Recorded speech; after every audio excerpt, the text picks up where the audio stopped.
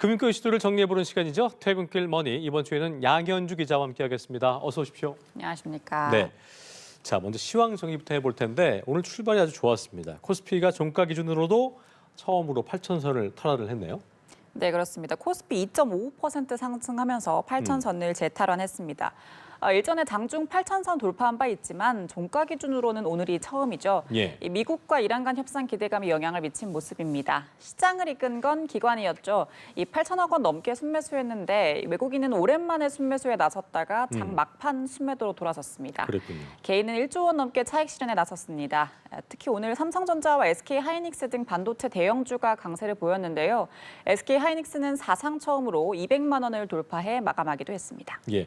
어쨌든 외국인이 13거래일 만에 돌아오는 것 같았으니까 그리고 SK하이닉스도 사상 처음 200만 원을 뚫었습니다. 오랫동안 기다린 보람이 있는 하루였겠습니다. 자, 그런데 오늘 증시만큼이나 뜨거운 소식이 재계에서 나왔죠. 첫 번째 키워드를 만나볼 텐데요. 바로 고개 숙인 정용진 회장입니다. 결국 정 회장이 직접 나선 건데 저희가 앞서도 보도를 했습니다만 사과는 했는데 의혹이 더 커진 것 같아요. 그렇습니다. 정 회장 오늘 부적절한 마케팅이었다 이렇게 고개를 숙였고 재발 방지를 또 약속을 했습니다. 예. 다만 함께 공개된 이 자체 조사 진상 조사 결과를 놓고는 논란이 좀 더 커지는 분위기입니다. 임직원의 고의성이 있었는지에 대한 핵심 의혹과 관련해선 실질적인 해명이 좀 이루어지지 못했기 때문입니다. 신세계 측 조사에 따르면 문제의 탱크데이 문구는 직원들이 생성형 인공지능에 물어보는 과정에서 나왔다는 건데요. 이 고의성은 부인했지만 조사 과정에서 이커머스 팀 직원 5명 중 3명이 휴대전화 제출을 거부했고 또 사내 메신저 기록도 일주일만 저장돼서 이 최초 기획 단계 대화는 확인되지 못한 것으로 나타났습니다. 여기에 일부 결제자는 마케팅 시안 파일조차 열어보지 않은 채 관행적으로 승인한 사실도 드러났는데요. 팀장부터 대표이사까지 4단계 승인 절차를 거쳤는데 단 한 차례 문제 제기가 없었던 겁니다. 업계에선 이번 사태가 단순 실무자 실수라기보다 기업 내부의 역사인식과 또 리스크 관리 체제 전반의 허점을 드러냈다는 지적이 나오고 있습니다. 자, AI가 탱크 문구를 뽑았고 직원은 폰을 안 내놨고 결제자는 파일도 안 열었다는 것이 참 석연치 않은 상황인데 사과문보다 어떤 감사 보고서가 더 필요한 상황이 아닌가 생각이 듭니다. 자, 다음은 투자 얘기로 넘어가 보겠습니다. 두 번째 키워드인데요. 자, 증권사 수수료 전쟁을 갖고 오셨습니다. 내일 삼성전자, 하이닉스 레버리지 ETF가 동시에 출시가 되는데 이게 수수료만 보고 골랐다가 낭패를 볼 수 있다면서요? 그렇습니다. 겉으로 보면 다 비슷한 상품 같지만 전문가들은 이 상품별 구조를 좀 꼼꼼히 따져봐야 한다 이렇게 얘기를 하고 있습니다. 예. 우선 가장 눈에 띄는 건 수수료겠죠. 이 미래에셋이 연 0.0901% 초저 수수료를 내놓자 이 KB 한투, 하나 등도 같은 수준으로 맞췄고요. 삼성은 0.29%, 키움운용은 0.25% 수준으로 책정을 했습니다. 다만 수수료만 낮다고 좋은 건 아닙니다. 레버리지 ETF는 장기 투자보다 짧게 사고 파는 단기 매매 비중이 큰 상품이기 때문입니다. 실제로 투자자들은 보통 3일에서 5일 안에 매매하는 경우가 많습니다.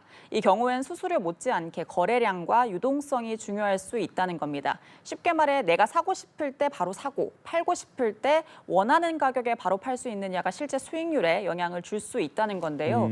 거래량이 적으면 매수 매도 차이, 이른바 호가 스프레드가 벌어지면서 예상보다 비싸게 사거나 싸게 팔릴 가능성이 커질 수 있습니다. 그래서 전문가들은 거래 대금과 총 자산 규모를 함께 볼 필요가 있다고 조언합니다. 예. 보통 자금이 많이 몰린 ETF일수록 이 매수 매도 주문도 촘촘하게 쌓이는 경우가 많기 때문입니다. 그렇죠. 운용 방식 차이도 체크 포인트입니다. 삼성운용과 하나운용은 이번에 국내 처음으로 실물 설정 환매 방식을 도입을 했는데요. 쉽게 말하면 현금 대신 삼성전자나 SK하이닉스 주식을 직접 주고받는 방식입니다. 굳이 시장에서 주식을 사고 팔 필요가 줄어드니까 거래세 부담도 줄일 수가 있겠습니다. 다만 이것도 무조건 유리한 건 아닙니다. 기존 현금 방식은 시장 상황에 따라 더 싼 가격에 주식을 사들이는 전략을 쓸 수 있어서 이 상황에 따라선 오히려 유리할 수 있다는 분석도 나옵니다. 이게 코스피를 이끌고 있는 삼성닉스의 그 상품이기 때문에 호가 스프레드가 벌어질 우려는 거의 없지 않을까 싶은 생각이 들기도 하네요. 알겠습니다. 마지막 키워드 만나보겠습니다. 주식 내일 배송. 예, 대통령의 한마디가 증시 인프라 개편 논의로 이어졌는데 T+1 도입. 이게 간단한 문제는 아닌가 봐요. 그렇습니다. 맞서 말씀하신 것처럼 이재명 대통령이 한마디에 T+1, 즉 주식 결제 단축 논의가 본격화되고 있습니다. 예. 이에 오늘 한국거래소에서 전문가들이 모여서 결제 주기 단축에 대한 토론회도 진행을 했는데요. 오늘 토론회에선 단순히 돈을 하루 빨리 받는다를 넘어서서 이 글로벌 시장 흐름에서 한국 시장이 뒤처질 수 있다는 우려도 나왔습니다. 이미 미국과 캐나다는 지난해 T+1 체제로 전환을 했고 유럽과 영국, 홍콩도 내년 도입을 추진 중입니다. 결제 주기가 줄어들면 투자자들은 주식을 판 돈을 하루 더 빨리 받아 재투자할 수 있고 또 거래 후 실제 돈과 주식이 오가기까지 시간이 짧아지는 만큼 이 중간에 결제가 꼬일 위험도 줄어든다는 설명입니다. 예. 실제로 미국은 T+1 도입 이후 청산기금 규모가 약 23% 감소한 것으로 나타났는데요. 결제 리스크가 줄어든 결과로 해석됩니다. 다만 현장 부담은 생각보다 훨씬 클 수 있다는 지적도 나왔습니다.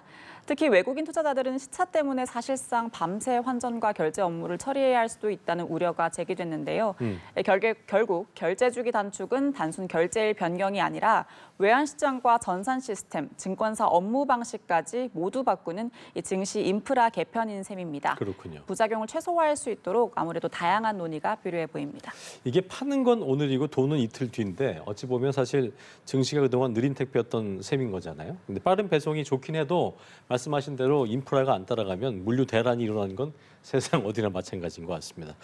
자, 그럼 이번 주 챙겨야 할 주요 일정들 마지막으로 정리해 볼까요? 이번 주 시장에 영향을 줄 이벤트들이 상당히 많이 있습니다. 앞서 설명드린 것처럼 내일 단일 종목 레버리지 ETF 16종이 동시에 상장이 됩니다. 예. 오는 28일 열리는 한국은행 금융통화위원회도 주목이 되겠죠. 이 시장에서는 기준금리 동결 가능성이 크다고 보지만 최근 환율과 국제유가, 물가 불안이 커진 만큼 이 매파적 신호가 나올 가능성에 무게가 실리고 있습니다. 일각에서는 연내 2차례 추가 금리 인상 가능성까지 거론이 되고 있습니다. 미국에선 연준이 가장 중요하게 보는 물가 지표인 4월 개인 소비 지출 물가 지수가 공개가 됩니다. 시장 예상보다 물가 압력이 강하게 확인될 경우 이 고금리 장기화 우려가 다시 커질 수 있습니다. 이와 함께 AI 반도체 기업 마벨 테크놀로지 등의 실적 발표도 예정돼 있어 이 반도체 랠리가 이어질지 관심을 가져보면 좋겠습니다. 예. 레버리지 ETF 상장의 금통위, PC까지 이번 주는 달력보다 경제 일정표를 먼저 챙겨야 할 것 같습니다. 투자에 잘 참고하시기 바라고요. 지금까지 양현주 기자와 함께했습니다. 고맙습니다. 감사합니다.